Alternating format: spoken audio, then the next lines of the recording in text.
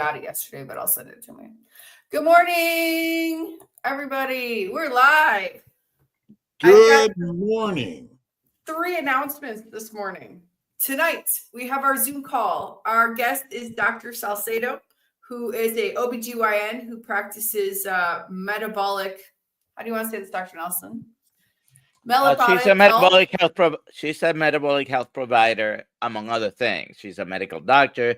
She's an OBGYN. Exactly. And then this morning, right after the live stream, you can go watch our video from Boston, because I'm putting all the Boston videos out of why Dr. Nelson is doing the carnivore diet. Find all about that. And this weekend, Dr. Kiltz is with Chris Brandlin. And doing what in Las Vegas? Doing something. Morning, Phillip. Morning. We're going to be in Las Vegas on this weekend and the following weekend in Montello, Wisconsin.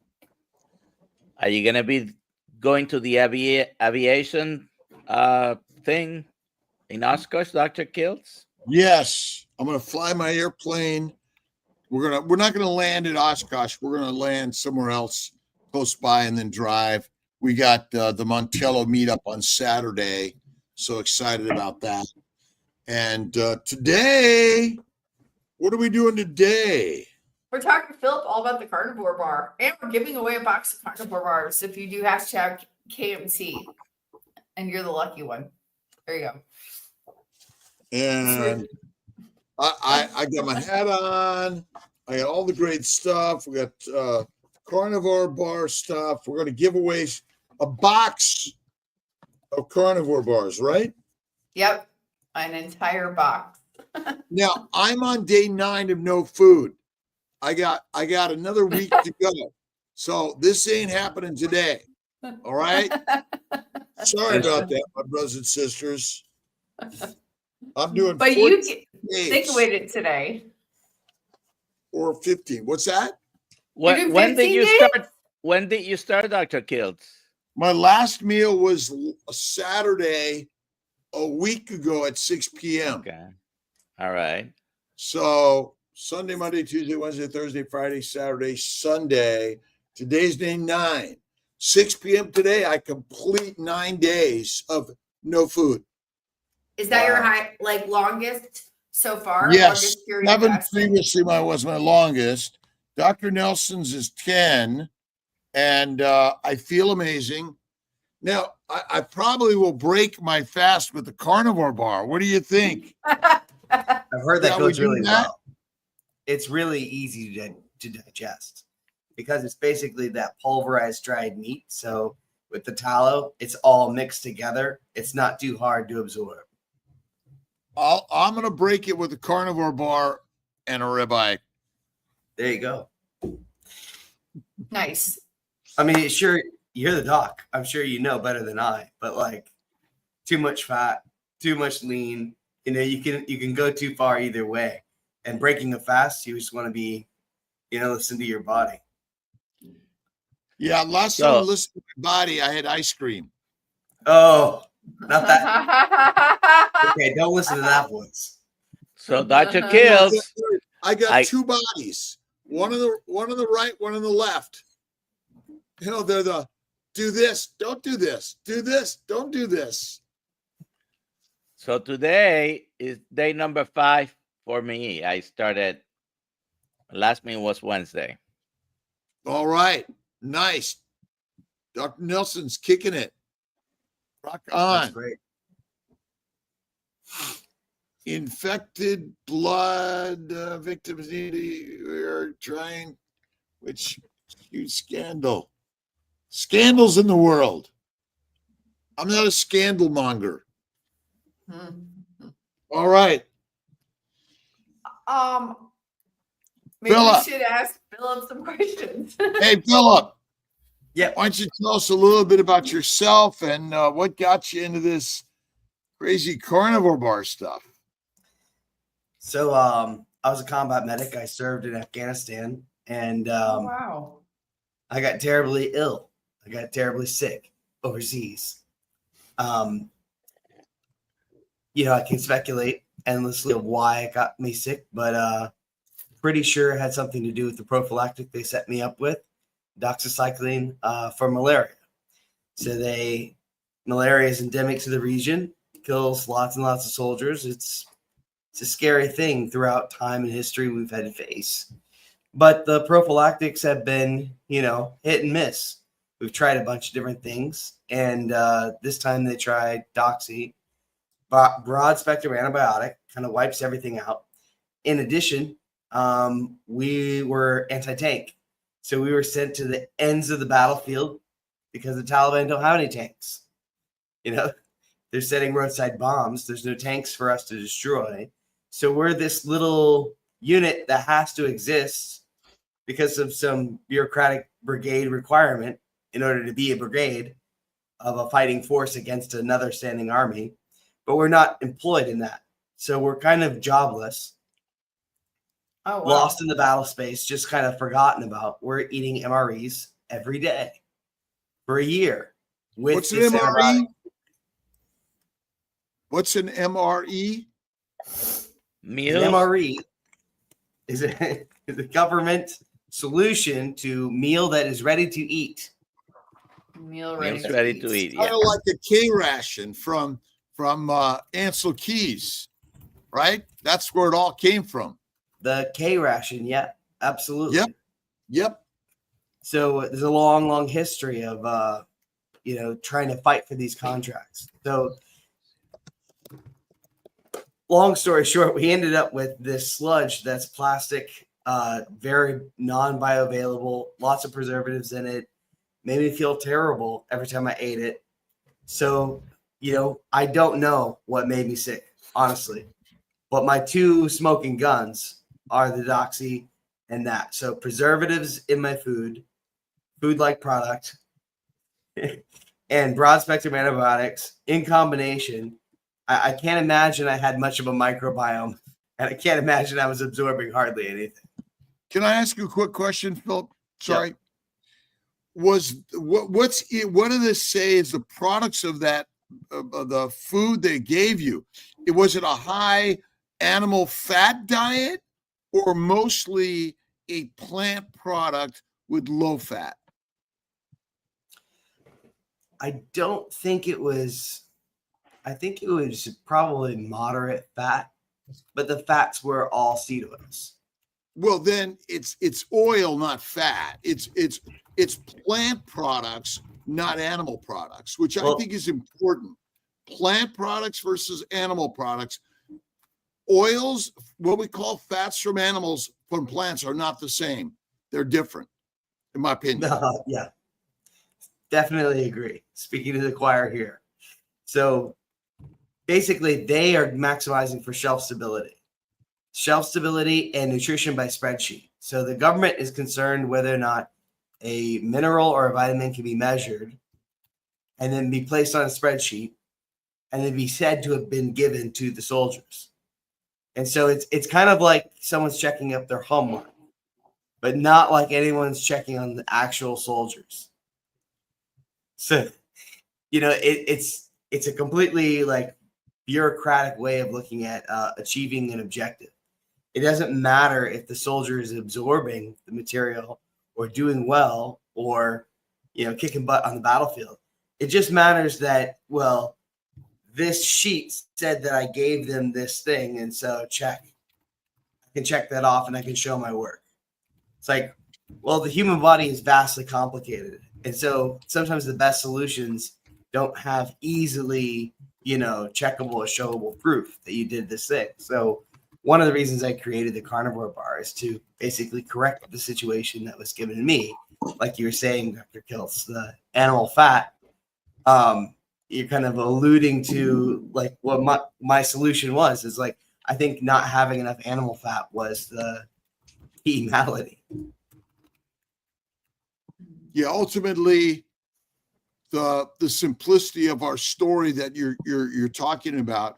See, I would rather get doxycycline than not, by the way, because the microbes, if you look at the killers of the world, they're microbes.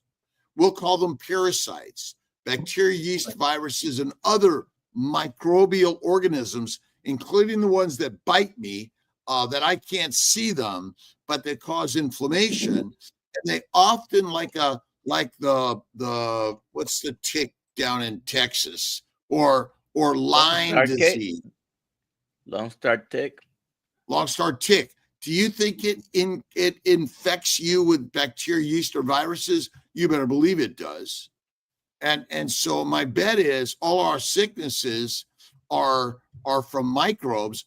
Antibiotics, antifungal, antiviral will help reduce the risk of these diseases killing you.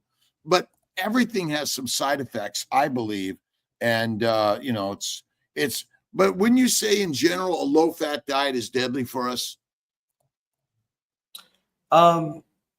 It depends, but I definitely think seed oils are a terrible, terrible replacement. Well, but think about it when we say seed oils. Aren't those modern productions? Because you will never get any significant oil from a plant. And you can't go out there in nature and find plant oils naturally without extruding them from the plant. Just like you can't get cane sugar without extruding them from a plant. Yeah. Yeah, I mean, especially when you're talking canola, I mean, they're hexane extracted. So that's this horrible, horrible process where you make this black sludge and you have to bleach it and then you have to deodorize it because your body is equipped with, receptors. You can tell when something's off or rancid. So in order to sell it to humans, they have to deodorize it because you would know it was rancid otherwise. And so because they've deodorized it, now it's high heat stable because it's basically as rancid as it could possibly be, and you won't notice. And so I think that for me, seed oils are my cross to bear. I really, really, really hate seed oils because, people will talk about processed foods. It's like, but they won't say what the process is that is the problem. But 100% of the time, it is almost always that they have they've taken every natural whole food fat, animal based especially, and they've replaced it with these trans fats. They've replaced it with these fats that mimic the characteristics of tallow, mimic the characteristics of butter, and are derived from plants. And they're not similar. They're not similar at all. What about extra virgin olive oil? I'm not sure about that. So is it a seed oil? So technically it's a fruit. It's a seed oil. Well, the olive has a pit. So that's a fruit. Is that good for me? I don't know. Well, the majority of olive oil is made from the entire fruit, including the seed or the pit, whatever you want to call it. It's still seed, right? They crush it, right? And so I don't know. They're plant oils. So plant oils, animal fats. That's how I separate them. Plant oils, animal fats. So ultimately, the problem with plant oils is they contain other chemicals that the plant makes to control and kill you. Yeah. So I definitely am in the camp where I try to be very cautious because I'm not as learned. I'm a combat medic. I'm not a doctor. I'm just a simple guy. Men are dumb. Sorry for us men. But ultimately, the science has made a complicated story out of simplicity. That's true. So and sometimes I call it snake oil. Well, if you're eating animals, if you're eating the story that really got me back in the day when I was overseas, actually, was paleo. This is 2012. And that was really captivating. But it was all about eating lean meats and leafy vegetables and nuts and seeds.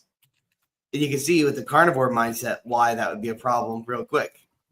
But we didn't know that. And so we were just, kind of like, okay, eat like a caveman, nuts, seeds, leafy greens. Sure, why not? The more you go out into the forest, you go out into the wilderness, and you're like, where are all the leafy greens that I could actually eat that won't kill me instantly? You're like, well, I don't know. I'm going to have to keep looking because like 99.999% of everything is toxic. out there. And there's no fat. So like, how are you actually going to do this diet if you're not carnivore? Dr. Nelson. Yes, I have a question, Philip. What was it I want to hear at what point and what the process was that you decided, okay, I'm going to come up with something. And what was the thinking process to come up with the final product? So came back from Afghanistan. I was sick. I was trying like hell to figure out what went wrong. I was trying food. I was trying diet, lifestyle. But basically I started to become chronically inflamed. I was really getting sore after workouts. I wasn't recovering. Couldn't sleep. And so I was like, man, something's really gone wrong. And in this pursuit of trying to figure all this stuff out and figure out what I wanted to do as a civilian, transitioning back into the civilian force, medicine was something I was really interested in. So I was doing my paramedic hours, almost done with school to become a paramedic. And that's when I was in the ER, staff room. And they have a tiny little mini fridge there that's just chock full of people's meals, but like people who are more important than me, like nurses and doctors. So there's no room. There's no room for your prepared meal. And so for me, there's nothing for me to bring, especially as the guest, paramedic doing, slave labor hours. So I'm there just to wipe beds and try to learn something and don't get in the way. So there's a nurse who's retiring, and the nurse has a free cake and free pizza out in the break room. So there's a free cake, a free pizza. I look in all the rooms, and everyone has something that is metabolically compromising. Everyone has a metabolic condition or a derivative of, or dementia or alcoholism, or they're all just second order, third order effects of metabolism. And then I look at the staff, and they're all starting to gain more and more weight, and they're all starting to be metabolically compromised. Excuse me. So I look at all this situation, the lay of the land of everyone in the rooms and everyone out of the rooms are suffering from the same problem. And here I am hungry. It's the middle of the night, 2 in the morning in the ER. And I go to the vending machine, and there's this tiny little thing of Jack Links that's covered in soy and sugar. I'm like, there's no real meal replacement that you could do on carnivore. And that brought me back to my military experience. And I was like, I wonder if I couldn't do more good in the world solving this problem, the problem I'm having right now at 2 in the morning in the ER of this hospital with free cake and pizza, than I can as a paramedic. And so I decided I'd launch the Carnivore Bar and do a Kickstarter. But how do you come up with what the product was going to be? By the way, I was in the airport the other day, and there's nothing in the airport that was a good choice. But once you said, okay, I'm going to come up with something, how did you land on basically what seems to be pemmican, right? How did you land on that? So I was big in Jordan Peterson got me started on the carnivore diet, like a lot of us, in 2018, coming out on Joe Rogan. And there's this big push of carnivores joining because he talked about Michaela's story on on the podcast, and it was this big, like, amazing revelatory thing that he was like, I have no idea how this all happened, but it's helped me. It's helped my daughter. It's amazing. Everyone should try it. And so we tried it. And from there, it was kind of like everything that I had been missing, health and nutrition wise. You know, I dropped the leafy greens. I dropped the nuts and seeds. I dropped the seasonal vegetables, fruits, kombucha, all the things that are like sort of healthy, that they are marketed as healthy, but like as we carnivores know, like often can derail you. When I remove those, it just lights open for me. But I immediately started invited to trips. And I'm like, there's no way I'm giving up this freedom I just found in carnivore as soon as I have to travel anywhere. There's absolutely no way. So I looked up ways to make it shelf stable, and I've actually heard about pemmican since I was a kid. Pemmican is thousands of years old, and so it's nothing new. It's just very challenging to make. You know, it is an ancient food. This is rawhide. This is what they would have made it in, and so I didn't have to spend hardly any amount of time on the making of, because I knew exactly what I should make. It's what our ancestors have eaten for thousands of years. If we're going true paleo, carnivore, you know, the fat they would have actually had would have been animal fat. Then this is travel grease by definition. That's what pemmican means. It means travel grease. Oh, wow. And so Means this is travel grease. And it's like, that's what I need. I need the high fat to be shelf stable. And it just takes the tremendous amount of work. Excuse me again. But You ever notice that fat never molds or rarely molds? well, I mean, I have seen it mold. In general, fat, butter on the counter doesn't mold. Well, it's all depending on moisture, and it depends on like the convection of the air. But in general, animal fat is antimicrobial. It certainly delays it. It certainly delays it. Right. When I say the word never, meaning you're not going to leave things out for a month and then eat it. But unlike plant products, remember, plants are mostly sugars, and sugars are highly they're great foods for bacteria and yeast. But fat is not. Fat is Right. antimicrobial. That's the whole point. The best mold medium, for example, is white bread. It's like, you know, Except we've all seen Dr. that. Nelson, show your bread. Show the bread. How long has it been sitting there? Going on 7 months, not a bit of mold. Really? What's worse? All That it preservatives. molds or that there's Well, no part of mold? that- preservatives. Part of that, it's in a bag that's probably been irradiated, and so it's a sterile environment.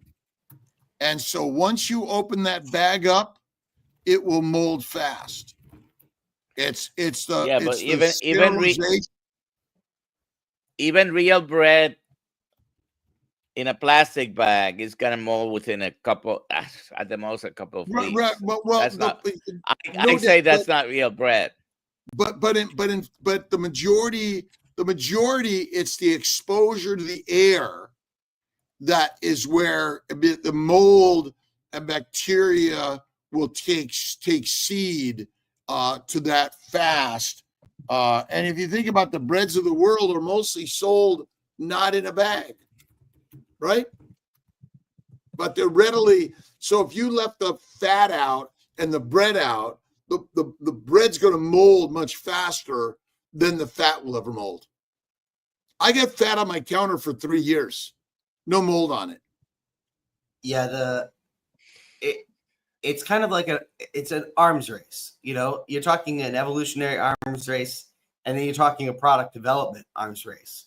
You know, where people notice mold forms in these conditions, and so they create more and more toxic chemicals to make sure that that never happens. And so then you're kind of like, you have to realize that you're in a constantly moving target when you're trying to analyze like toxic foods. Like BPA free is now something they do for, you know, plastic like wrappings, but they're using alternatives that are very, very similar in structure.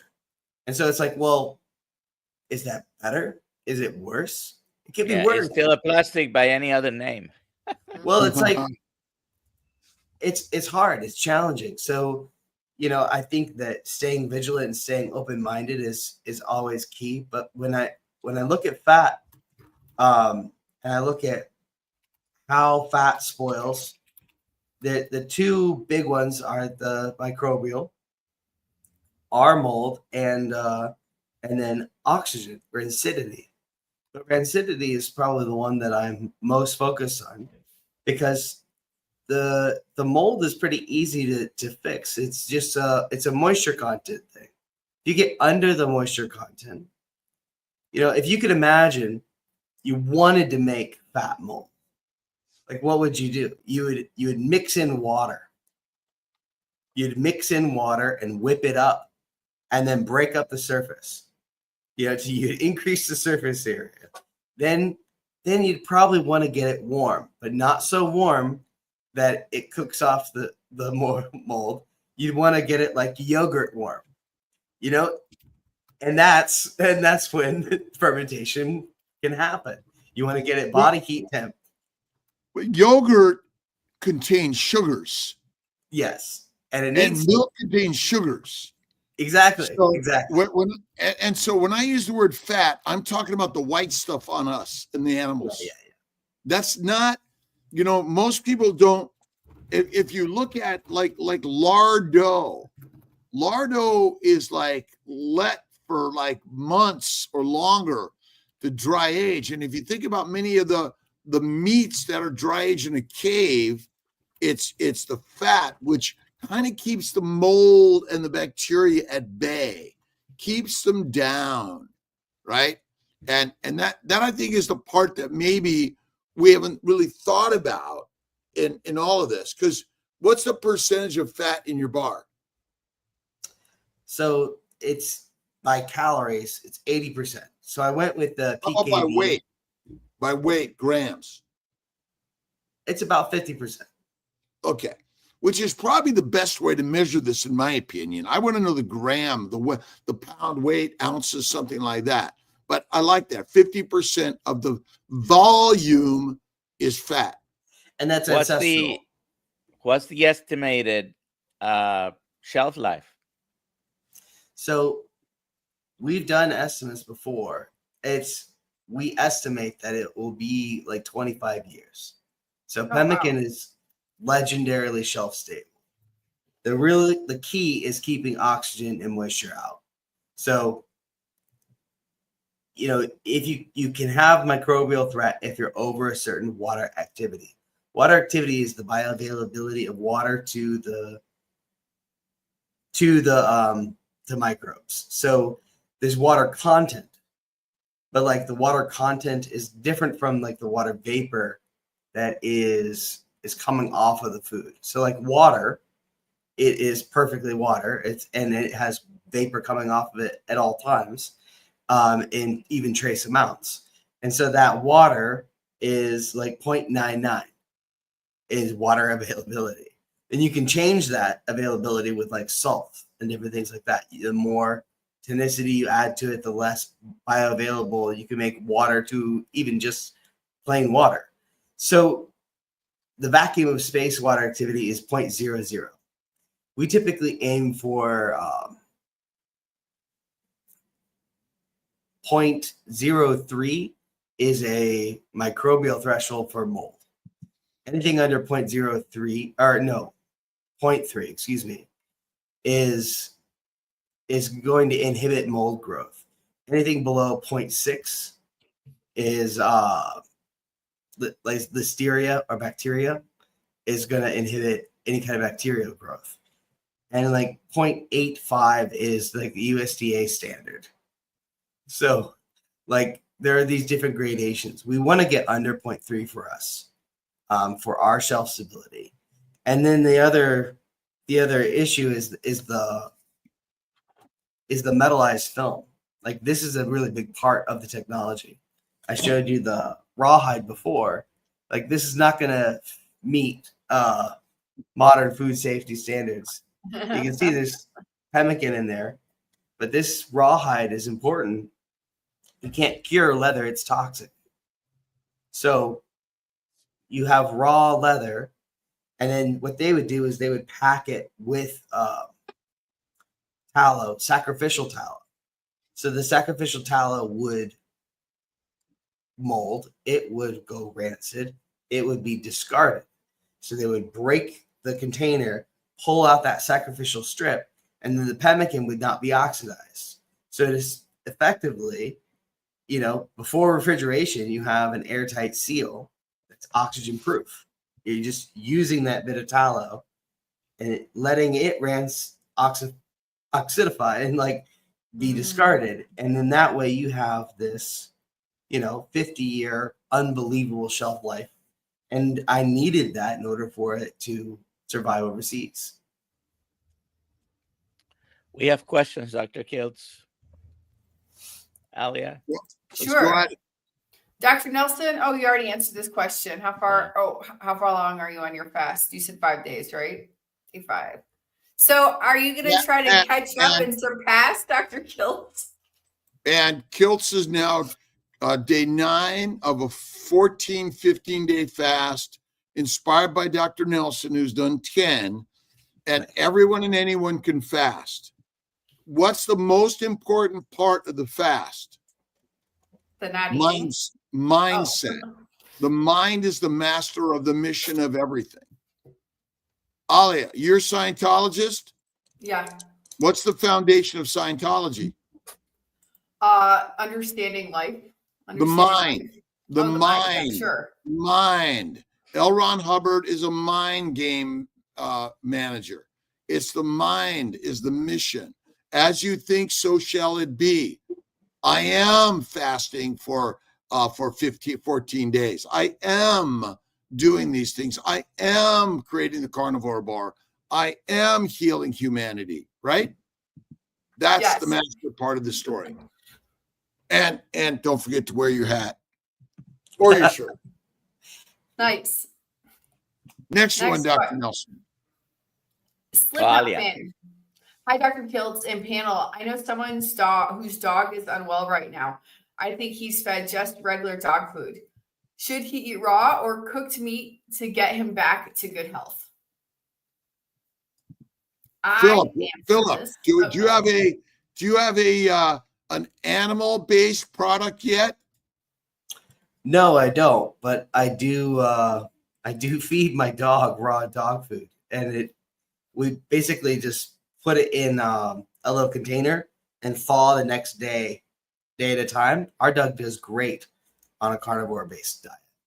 Well, are dogs and cats ancient lions and wolves? I think so. And if you feed a lion and a wolf plants, what do they become? Sick. Domesticated dogs and cats. How do you domesticate a human being? I think the same way. Feed them plants. Plants are essentially addictive, poisonous foods for humanity. We figured out how to feed them bread and beer. And, how many people, this bud's for you. Are we not brainwashed? Yes. I saw this great little piece by a researcher, biologist, who said that we didn't domesticate wheat. Wheat domesticated us. Well, that is actually the truth. We are the prey, and the plants are the predators. They're live organisms. We think, they're dumb. Really? We're the dumb ones. Plants, like a spider, it's dumb, right? Or snake, an alligator, right? What's the carnivore plant? What am I thinking? It's the pitcher flytrap. Yeah, right. But there are many other plants that also consume other organisms that are not a plant. And so, again, we have to rethink the whole scientific endeavor. So regarding food for dogs and cats, I've asked actually a veterinarian this question, and I've looked into, because we've had dogs and cats in my house. There are two things I have noticed throughout the years. I've had animals in my house for many years, and growing up, probably most of you have. When they go out of the house and come back, do they ever bring anything back to you? And most of the time, yeah, they can bring things, and usually they're animals. I'm still looking for the dog that goes out and comes back with a bunch of broccoli in their mouth. And the veterinarian scientists have determined that for some reason the foods that you buy, they must have a certain amount of vegetables in it. If you look at all dog food and cat food has a certain amount of vegetables. What is that based on? I don't know, because I used to have a cat that used to bring birds to the door. So the Seventh-day Adventist Church owns the largest grain and food products, mostly cereals. Purina is initially a religious organization, the Puritans, to control the people by feeding them plants. And so you want to control the human animal, the pet animals, feed them plants. That's the simplicity of it. Do you feed a lion plants? Well, if you want to try to control them, you've tried to, but they're not easily controllable. Yeah, a lot of those initiatives have been proven that they're for reduced libido. Kellogg, Graham, it's like they're just trying to erase boners. It's like they're trying. I don't think it's biologically good advice. Right. So the pharaohs realized to control the masses so they can have the slaves, soldiers, peasants, and prisoners. That's what we're here for. And that's why the massive marketing of Coca-Cola, Pepsi, fast food, MREs, and you need your fiber. It's to make you effed up. And when you're bringing, what's that? Oh, go ahead, Dr. Gales. What is that tattoo, Phillip? This is Feu. It means that cattle is wealth. Oh, there you go. It was in sheep, goats, lamb, cattle, not iguanas, Rick. So this is a parfleche. It is Native American, yes. Well, and ultimately, our initial ancient way was as hunters and migrators. We migrated with the herds. We got more out of that. I'm reading *Sapiens* by Harari. Essentially, we probably massively reduced the number of animals. We found that we could eat some plants if we properly ground them, fermented them, cooked them, soaked them, things like that. But it led to a lot more people, a lot more crowding, a lot more disease. And then we have to have our fiefdoms, our kingdoms, in order to fight for control. Here we are. Now we can go to the moon and Mars. Wow. Go ahead, Alia. Next question is Kimberly.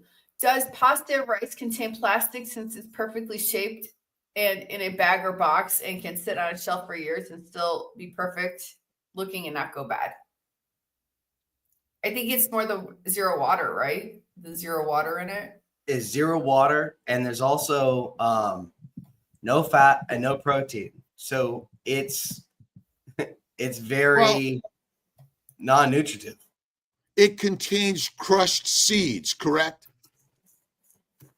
It depends on how if they do the brand or not. Basically rice noodles, wheat noodles, potato noodles, those are crushed seeds that they make a noodle out of, which contains the cells of the seed, which do contain some proteins, fats, and sugars. And so they contain all of those things in some amount, but the majority of it essentially are starches, which are long chain carbon particles that break down to. I guess I was just sugar. Yeah, sugar. I mean, but I was thinking the rice more than the pasta. Sorry. But pasta is made out of rice, potatoes, and wheat, and other plant, generally seeds. Potato and rice are interesting because of the long chain starch compounds. They're weird. Well, but essentially a wheat seed and a rice seed are both seeds. Yeah. And they both contain the sugars, which the same with potatoes. So ultimately they break down to mostly sugars. That's what you're getting at. It's mostly sugar. There are small amounts of fat and proteins in all of them, because every cell of every organism contains some fats and some proteins. You can't get away from some small amounts, but you're right. So their dryness and what you're saying about I'm assuming in the pemmican, which your product is essentially a pemmican, is it not?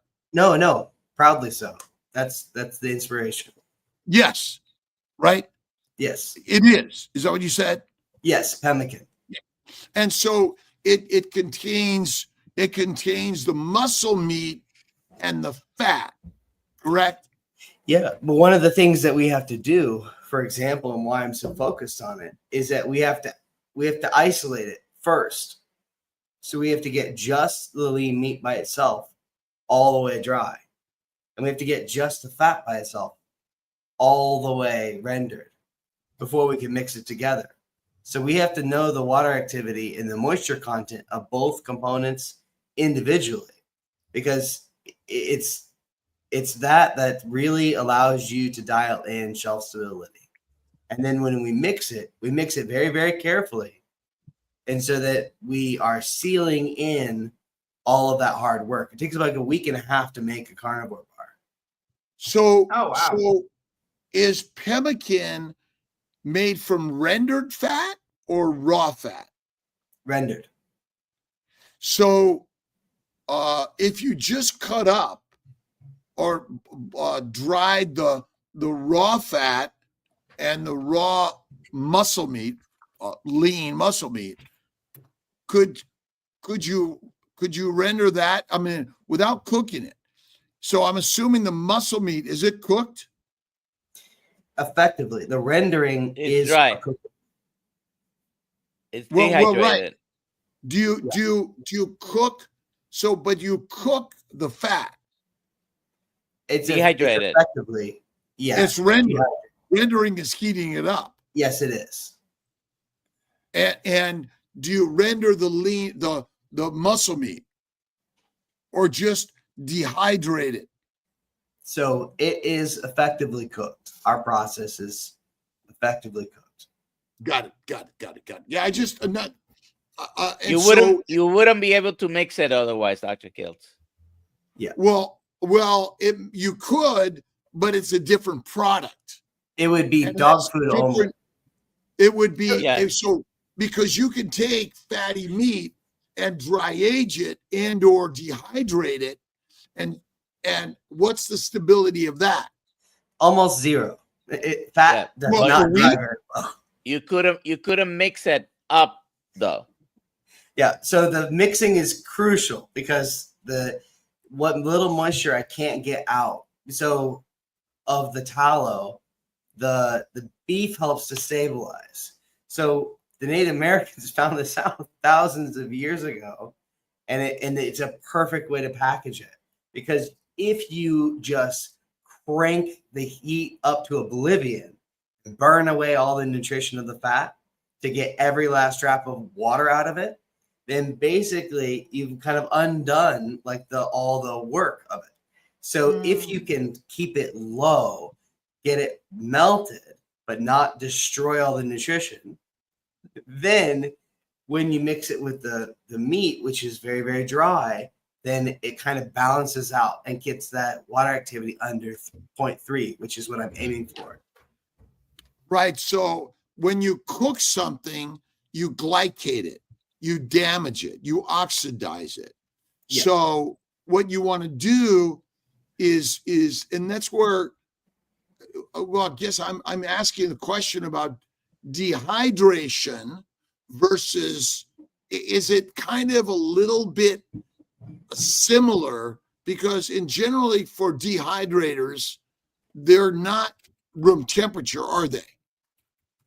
No. So there's a couple different ways to do all of this. So some of it is part of our trade secret that we share our recipe 100%. So we don't share all of our process, but I do want to talk about the science openly and forthrightly. It's important to cook your pemmican or dry your pemmican in a way that is understanding that heat destroys nutrition. Heat destroys vitamin A specifically. And I've been able to test vitamin A in the bar. So we try to use only as much as we need. In fact, we use raw honey. And if you're not everyone has the raw honey version of the bar, but in order to qualify as raw, you have to keep it under 100 degrees. So you can have something heated to 90 and it's still being heated. Some of the nutrition is being eroded, but not all of it. So anything that you can keep under 100 degrees is technically raw, but obviously you can't pour solid honey. So, you have some of these like real world limitations where you have to take some compromises. You can't mix together solid fat, not well.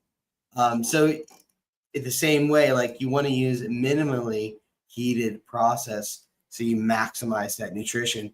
Because that's the goal for me, is not only that shelf stability, but I can't compromise if I wanted to make it over to the battlefield. But I can't compromise the nutrition or bioavailability, which is the other component of the MRE getting me hurt, is I wasn't getting fed.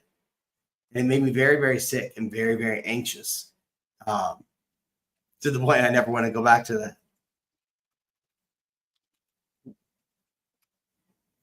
Next question. Question has to do with your fasting. Are Dr. Hiltz and Dr. Nelson water or dry fasting? What are the advantages of each? I'm not doing dry fasting right now. I'm not either. I've done 3 days of no food, no water, no liquid, no drinks. And the first 3 to 5 days, I didn't drink that much. I'm drinking a little bit more now. I'm drinking some electrolyte mix, and I've had a coffee, decaf. I feel great. And you're doing like long walks I do my 4-mile walks a day, my weights, my 100 push-ups, and every single day my energy is great. I take my 1 or 2 naps a day, like usual. And what's the fuel for my body? It's my adipose tissue. Adipose tissue and fat turns out to be the only fuel for the mitochondria. We do not burn sugar ever. Wrong. Okay, Maureen asks, if we make homemade pemmican without special packaging or rawhide, how long can it stay without going bad? It really depends on how well you got it dry. And also what kind of fat you're using. If you're using suet, you have a fair chance of making decent pemmican. But if you just take whatever is at the bottom of your rendered brisket or slow roast, it's going to make terrible pemmican that's not going to last. So it's a lot of intramuscular fat. It's too short chain, it's too unsaturated, too monounsaturated. You need that saturated fat from the suet. Not only is that where the vitamins are, but it's also where you get the stability that's going to preserve and hold up that bar. So I think that definitely getting Mylar or some kind of metal based food safe kind of film is going to be pretty critical. You do need special packaging. Otherwise, you want to use something that is ancient. To give you a good example of how if you don't want to go rawhide, but maybe you want to go 17th century colonial, what they would do is they would take a pot, like a ceramic pot, and they would fill it up with their meat product, and they would do exactly the same thing that the Native Americans do. They would put a sacrificial cap of tallow or wax or paraffin, something that would stay put and seal, and then they would take cloth and a little string, and they would tie it around this like ceramic jar, and so they could put that tallow to seal it or wax to seal it, and then they'd put a little cloth to keep dust off of it, and then put it in their root cellar. So keep it cool, keep it dry, keep it sealed away from oxygen. You will either need something crafty or you either need something more advanced as far as technology in order to keep the oxygen and moisture away from it. The rawhide is fantastic at doing that unless it gets wet. Rawhide is water resistant, but it's not waterproof. And so if it gets too wet, that can also be a problem for rawhide, and it will rot. And so there's no perfect packaging. There's always these trade-offs. And so I think just be very, very mindful of the science of food safety. Oxygen and moisture are the number 2 concerns. All right, next question. Dr. Kiltz, plants are deadly to humans. Why have they been used for medicines for centuries? Well, they're medicinal. They're either heal or hurt. We've used plants forever in both forms. And so you can eat plants. You may live a long time if you soak them, grind them, ferment them, process them. And I guess the real question today is, what's the cause of most disease? What's the answer mostly? I don't know. But what if plants were the major cause of our diseases? But of course, heroin, cocaine, marijuana, nicotine, and caffeine come from what? Plants. Plants. Who's addicted to ribeye steak? Does Dr. Nelson, what poisons come from ribeye steak? I'm still looking for it. Zero. But what does it take to kill a cow, a wild cow? Is that easy or hard? Feed it a lot of fat. You're right. Fat will kill a cow because it kills the microbes in the gut, which they need. If you eat fat, it kills the microbes in the gut, which you don't need, which are the leading source of most disease. The microbiome is deadly for humans. Yes. Phillip, do you guys ship to Colombia? Colombia, the country? The country of. So unfortunately, we're domestic only. Oh, okay. Yeah, Louis, currently. We could Hail Mary, but it's we'll never know if it really gets there. But after the pandemic, things got really weird with international shipping. Oh yeah. Dystopian. I mean, you can send them on FedEx for like $100, but Louis, next time I go to the States, I will get some from Phillip at his booth at Hack Your Health. You'll be at Hack Your Health, right? Absolutely. I'll have some. And I will bring some back for you. Okay. Next question. Christopher Ovard, if a cat is carnivore, chews on wood, what does it need? And I said in the chat, deparasiting. If they're chewing on wood or fiber, they need deparasiting. That's what my understanding. A cat. Probably because they've been eating plants and they're neurotic and they're screwed up. It's just like human beings that eat. Keep going. I'm right back. All right, here we go. Next question. Philip, how many times did you have to change your recipe for improvement, if any? So at one level, I've never changed it. It's 50% dried meat by weight and 50% rendered tallow. So that part's never changed. But like the iterations, thousands of times. So I've made many bars that I have not sold that just didn't work out. Either too hot. What's your best selling? What's your best selling? My best selling is probably still the original salted for our hardcore carnivores, and then the honey salted with 7 grams of carbs for the animal-based community. So I succumbed to the peer pressure of the community that asked for a little bit of honey, and so I do that. But I kept it from as least plant-based as I possibly could with the honey. And try to stay as ancestral as possible. But well, can you eat a whole bar like you would eat, for example, a Snickers bar? As far as I couldn't. I had a carnivore bar, by the way, opened for almost a year in a bag. I would take small pieces of it and eat it, and it was still good. Almost a year later, and it was open. It was out, exposed to the air and all that, but I couldn't eat a whole bar in one sitting. A carnivore bar. It depends on how fills me up too much. It depends on how sensitive you are. My kids 6 and 8 downed all the. I bought the box of carnivore bars from you at the meat stock. And my kids ate them in like 3 days. So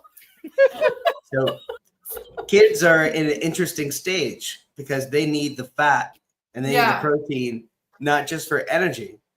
Because if you have plenty of energy, your body's like, I don't need any more of this. But like if you're a growing kid, that is where you really get the powerful cravings.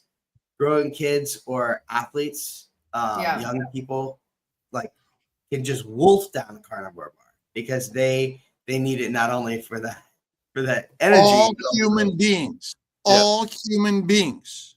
I don't care size, shape, age, weight, gender, politics, religion, are all athletes. Okay? Let's not separate human beings, because if you did not get up and go hunt, you're dead. What is the most important thing for all human beings to eat? I think probably fat. Fat. No, fat is always it.